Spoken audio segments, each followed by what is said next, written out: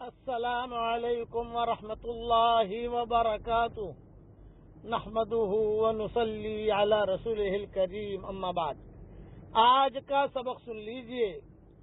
آج کے سبق کی سرخی ہے حضور صلی اللہ علیہ وسلم کی سیرت، پارٹ نمبر 159۔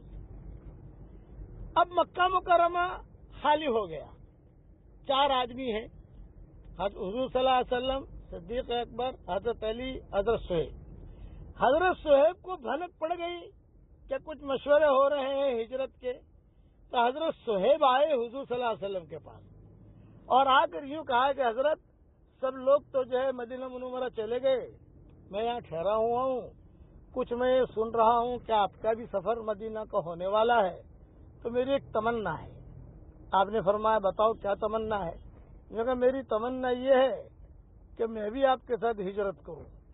آپ نے فرمایا بھئی ہماری ہجرت ہم نے بہت چھپا کے رکھی ہے، کسی کو بتایا نہیں ہے، تم ہمارے ساتھ ہجرت کرو، کوئی حرج کی بات نہیں ہے، مگر ہم سب ایک ساتھ نکلیں گے، میں، ابو بکر، تو ایک ساتھ نکلیں گے تو یہ ذرا مزہ نہیں رہے گا، مکہ والوں کے نگاہ میں ہم آئیں گے، اس لیے تم پہلے نکل جاؤ اور فلاں جگہ درخت کے نیچے ہماری تمہاری ملاقات ہوگی، وہاں سے ہم ساتھ چلیں گے انشاءاللہ۔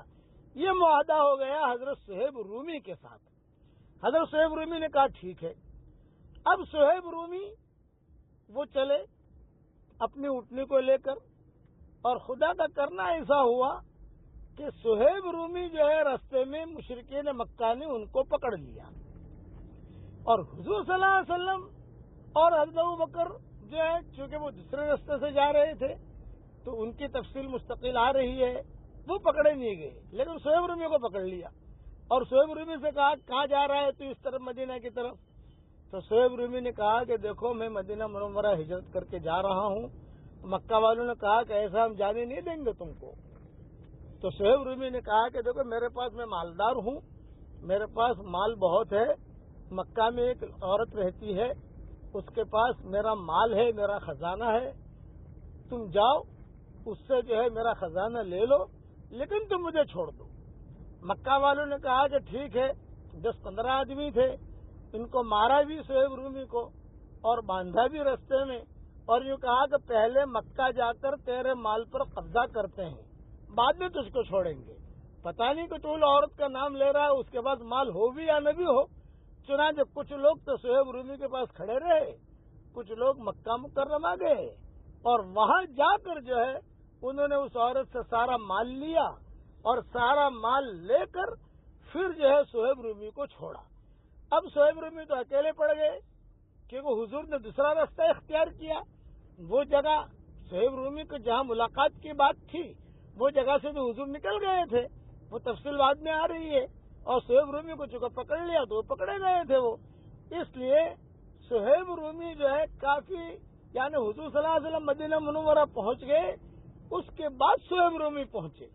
جب صہیب رومی مدینہ منورہ پہنچے، حضور صلی اللہ علیہ وسلم نے دیکھا کہ صہیب آ رہا ہے، اس لیے صہیب کی فکر تو تھی کہ وہ یہ کہاں رہ گیا، ملا نہیں، تو صہیب رومی کے بارے میں قرآن کی آیتیں نازل ہوئی، وَمِنَ النَّاسِ مَن يَشْرِي نَفْسَهُ ابْتِغَاءَ مَرْضَاتِ اللَّهِ وَاللَّهُ رَءُوفٌ بِالْعِبَادِ۔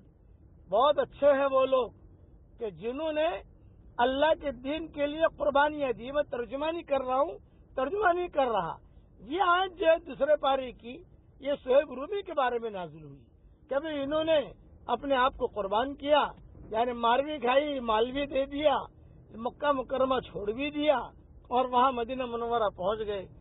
جب حضور صلی اللہ علیہ وسلم سے ملاقات ہوئی صہیب رومی کی ہجرت کے بعد، تو حضور صلی اللہ علیہ وسلم نے یہ آیت پڑھ کے سنائی اور ایک جملہ کہا، ربیح البیع ابا یحییٰ، ربیح البیع ابا یحییٰ، ربیح البیع ابا یحییٰ، اے ابو یحییٰ تیرا سودا کامیاب ہو گیا۔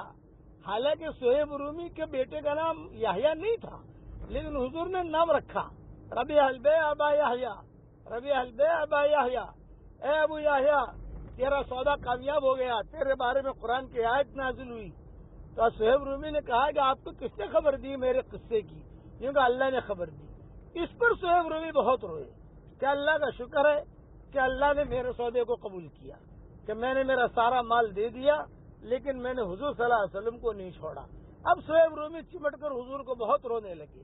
اچھا اب حضور صلی اللہ علیہ وسلم، حضرت ابوبکر، حضرت علی، یہ تینوں مکہ مکرمہ میں ہیں، ابھی نکلے نہیں ہیں.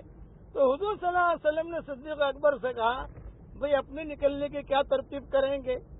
تو حضرت عائشہ، حضرت اسما، یہ ابوبکر کی بیٹیاں تھیں. تو حضرت عائشہ فرماتی تھی کہ روزانہ رات کو حضور صلی اللہ علیہ وسلم گھر پر تشریف لاتے اور ابوبکر سے کھش پش تنہائی میں باتیں کرتے. اب کیا باتیں کرتے ہیں تو ہمیں پتہ نہیں ہے.